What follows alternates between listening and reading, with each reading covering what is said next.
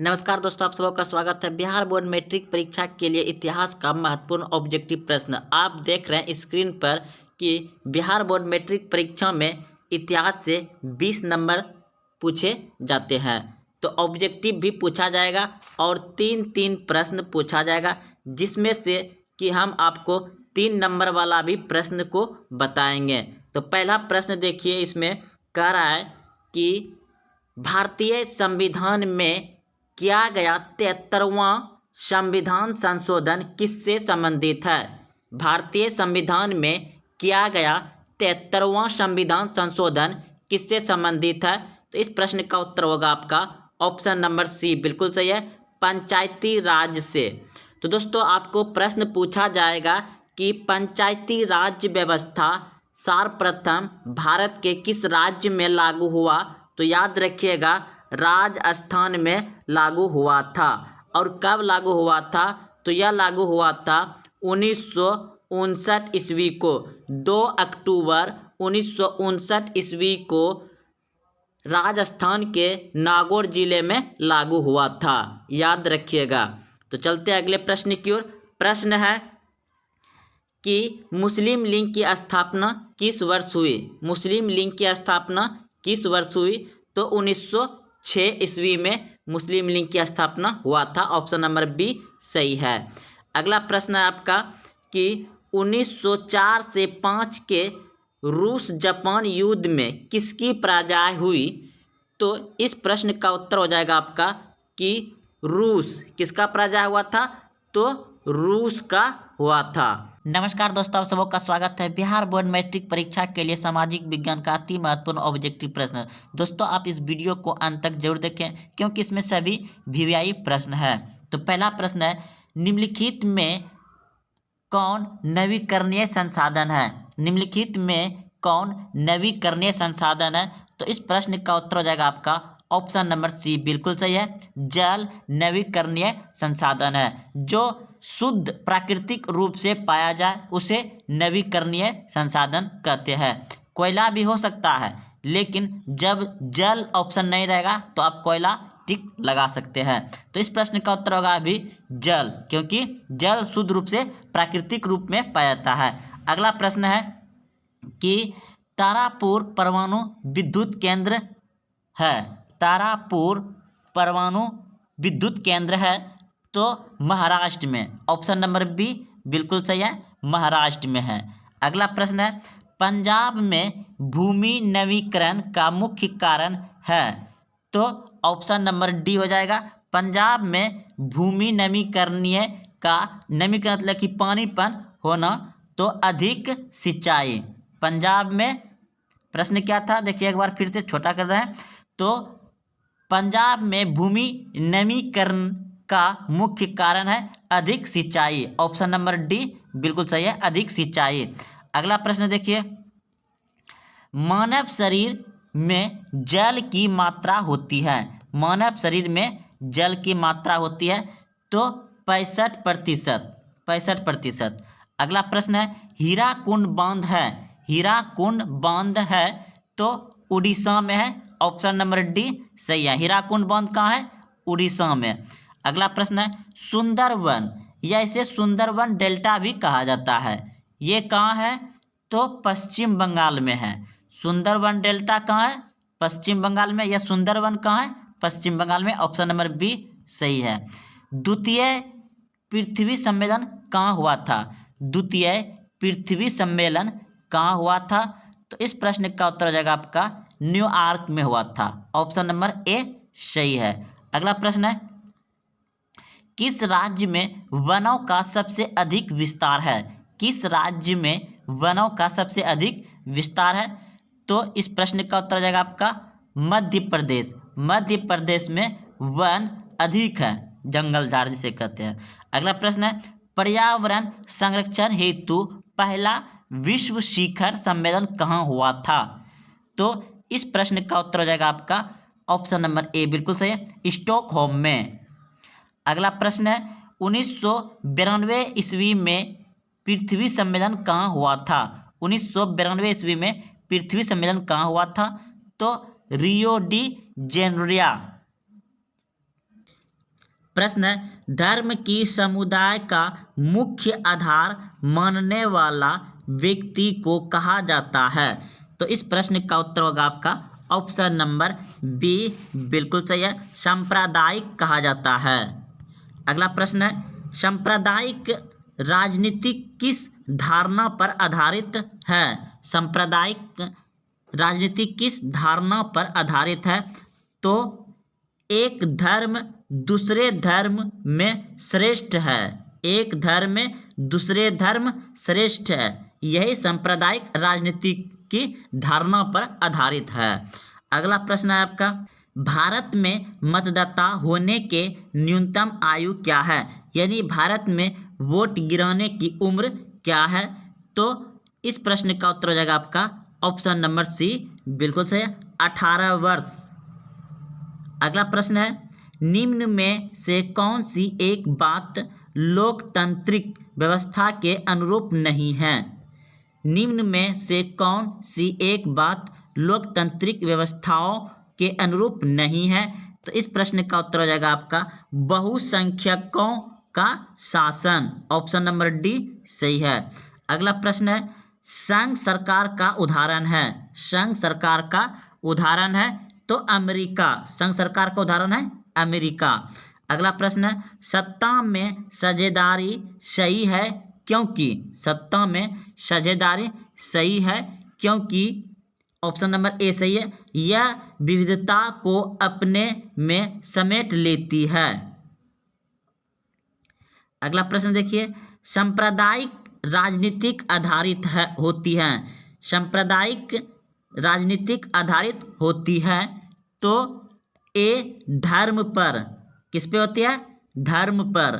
अगला प्रश्न है, भारतीय संविधान के अनुच्छेद 19 में देश के सभी नागरिकों को कौन सा मूल अधिकार दिया गया है?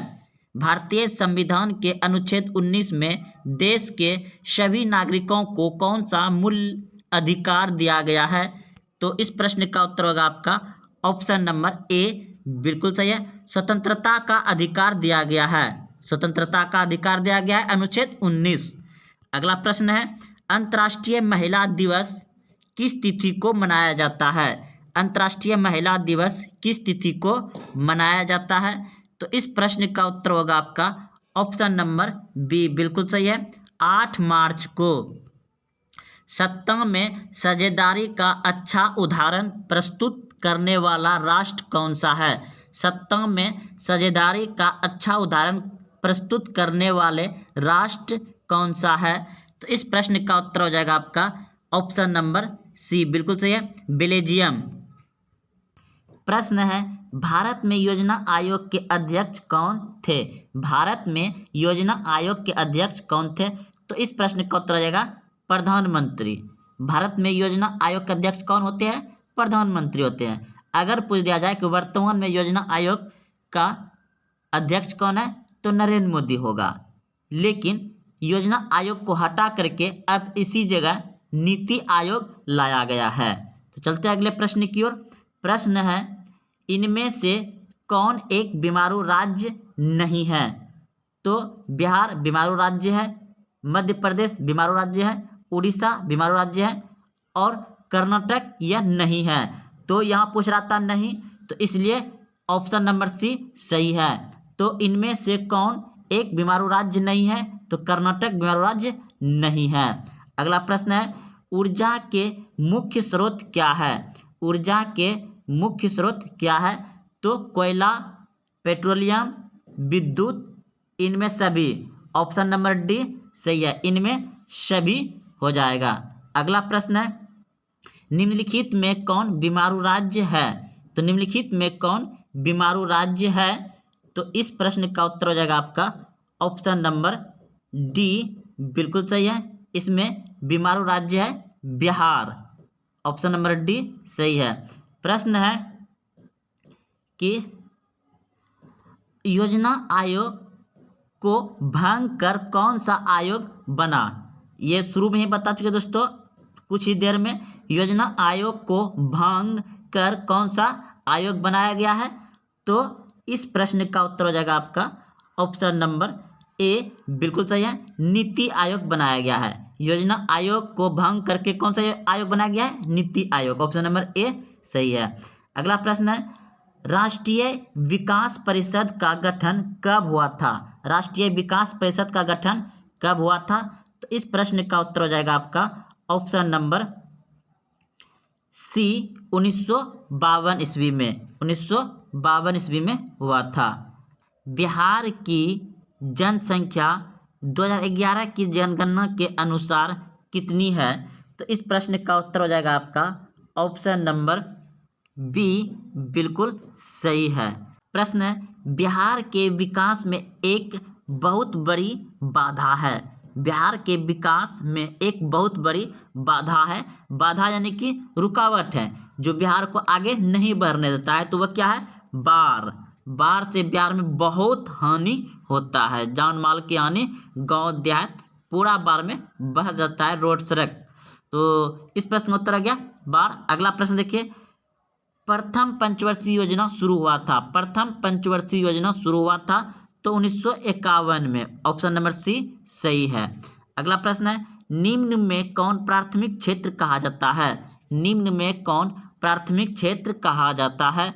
तो कृषि को प्राथमिक क्षेत्र कहा जाता है। कृषि, पशुपालन, ये सभी जो कि प्राथमिक क्षेत्र हैं। और द्वितीय क्षेत्र हो गया आपका उद्योग। द्वितीय क्षेत्र हो गया उद्योग। तृतीय क्षेत्र हो गया आपका सेवा। तृतीय क्षेत्र सेवा। तो आपका प्रश्न था निम्न में कौन प्राथमिक क्षेत्र कहा जाता है? तो कृषि और पशुपालन होगा। अगला प्रश्न है, बिहार में किसकी प्रधानता है? तो इस प्रश्न का उत्तर हो जाएगा आपका ऑप्शन नंबर कृषि। ऑप्शन नंबर डी बिल्कुल सही है, कृषि होगा। अगला प्रश्न है, रेल बजट को किस वित्तीय वर्ष में सामान्य बजट में समावेशित किया गया है? तो इस प्रश्न का उत्तर हो जाएगा आपका 2017-18 में। ऑप्शन नंबर डी सही है। प्रश्न है, रेल बजट को किस वित्तीय वर्ष में सामान्य बजट में समावेशित किया गया है? तो ऑप्शन नंबर डी सही है, 2017-18 में। अगला प्रश्न है, 12वीं पंचवर्षीय योजना की अवधि क्या है? 12वीं पंचवर्षीय योजना की अवधि क्या है? तो 2012 से 2017 तक 12वीं पंचवर्षीय योजना था। प्रश्न है, यूरोप का मरीच किसे कहा जाता था? यूरोप का मरीच किसे कहा जाता था? तो यूरोप का मरीच ऑप्शन नंबर ए बिल्कुल सही है, तुर्की को कहा जाता है। यूरोप का मरीच तुर्की। अगला प्रश्न है, असहयोग आंदोलन का प्रस्ताव कांग्रेस के किस अधिवेशन में पारित हुआ? असहयोग आंदोलन का प्रस्ताव कांग्रेस के किस अधिवेशन में पारित हुआ? तो इस प्रश्न का उत्तर हो जाएगा आपका ऑप्शन नंबर ए बिल्कुल सही है, सितंबर 1920 कोलकाता में। अगला प्रश्न है, निम्नलिखित व्यक्तियों में कौन लोकतंत्र में रंगभेद विरोध नहीं थे? तो इस प्रश्न का उत्तर हो जाएगा आपका ऑप्शन नंबर डी बिल्कुल सही है, जेड गुडी। अगला प्रश्न है 16वीं लोकसभा में महिला सदस्यों की संख्या कितनी है? तो इस प्रश्न का उत्तर हो जाएगा आपका ऑप्शन नंबर डी बिल्कुल सही है, 65। 16वीं लोकसभा में महिला सदस्यों की संख्या कितनी थी? 65। ऑप्शन नंबर डी सही है। पर्यावरण संरक्षण हेतु पहला विश्व शिखर सम्मेलन कहाँ हुआ था? तो इस प्रश्न का उत्तर हो जाएगा आपका स्टॉकहोम में हुआ था। ऑप्शन नंबर ए सही है। उत्तर भारत का मैनचेस्टर किस शहर को कहा जाता है? उत्तर भारत का मैनचेस्टर किस शहर को कहा जाता है? तो कानपुर को। किसको कहा जाता है? कानपुर को। उत्तर भारत का मैनचेस्टर किस शहर को कहा जाता है? कानपुर को कहा जाता है। अगला प्रश्न है, भारतीय अंतर्राष्ट्रीय जल मानकीकरण का गठन किस वर्ष किया गया था? तो इस प्रश्न का उत्तर हो जाएगा आपका 1986 ईस्वी में किया गया था। ऑप्शन नंबर ए सही है। भारत में धान की खेती सबसे अधिक कहाँ होती है? भारत में धान की खेती सबसे अधिक कहाँ होती है? तो पश्चिम बंगाल में। भारत में सबसे अधिक धान की खेती कहाँ होती है? पश्चिम बंगाल में। राजनीतिक प्रश्न है, राजनीतिक दलों की मान्यता और उसका चिन्ह किसके द्वारा प्रदान किया जाता है? तो इस प्रश्न का उत्तर हो जाएगा आपका ऑप्शन नंबर सी, बिल्कुल सही है, निर्वाचन आयोग के द्वारा। निर्वाचन आयोग के द्वारा प्रदान किया जाता है। अगला प्रश्न है, भारत में लोकतंत्र की क्या चुनौती है? भारत में लोकतंत्र की क्या चुनौती है? तो इस प्रश्न का उत्तर हो जाएगा आपका ऑप्शन नंबर डी, सही है, इनमें सभी। अगला प्रश्न है, आजकल लोकतंत्र के लिए सबसे बड़ा चुनौती क्या है? आजकल लोकतंत्र के लिए सबसे बड़ा चुनौती क्या है? तो इस प्रश्न का उत्तर हो जाएगा आपका भ्रष्टाचार। ऑप्शन नंबर सी, बिल्कुल सही है, भ्रष्टाचार। प्रश्न है, संजय गांधी जैविक उद्यान किस नगर में स्थित है? संजय गांधी जैविक उद्यान किस नगर में स्थित है? तो इस प्रश्न का उत्तर हो जाएगा आपका ऑप्शन नंबर डी, बिल्कुल सही है, पटना में। संजय गांधी जैविक उद्यान किस नगर में है? पटना में। अगला प्रश्न है, नदियों में बाढ़ आने का मुख्य कारण क्या है? नदियों में बाढ़ आने का मुख्य कारण क्या है? तो इस प्रश्न का उत्तर हो जाएगा आपका ऑप्शन नंबर डी, बिल्कुल सही है, इनमें सभी।